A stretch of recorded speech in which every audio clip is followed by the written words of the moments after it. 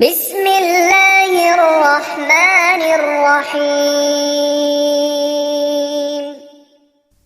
ہر لکھنے والے نے فنا ہو جانا ہے، لیکن لکھی ہوئی چیز ہمیشہ باقی رہے گی۔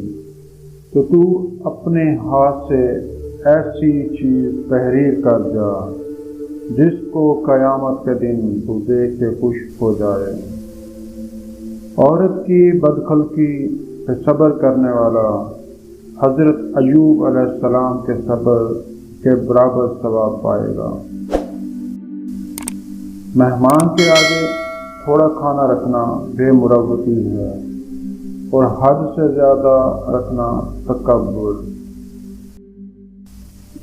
اگر ہم سے غلطی ہو جائے تو ابلیس کی طرح دلیر نہیں ہونا چاہیے، بلکہ معافی مانگ لینی چاہیے، کیونکہ ہم ابن آدم ہیں، ابن ابلیس نہیں۔ بات کرنے میں نرمی اختیار کرو، کیونکہ الفاظ کی بنسبت لہجہ کا زیادہ اثر پڑتا ہے۔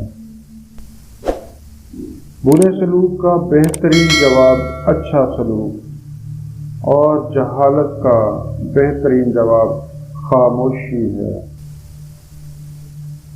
کسی کی پہچان علم سے نہیں ہوتی بلکہ ادب سے ہوتی ہے، کیونکہ علم تو ابلیس کے پاس بھی تھا، لیکن وہ ادب سے محروم تھا۔ حضرت داؤد علیہ السلام کی 900 بیویاں تھیں۔ اللہ تعالیٰ کو شکایت کی، کچھ ذوق محسوس ہو رہا ہے۔ اللہ تعالیٰ نے حکم دیا، انڈے شوق سے کھایا کرو۔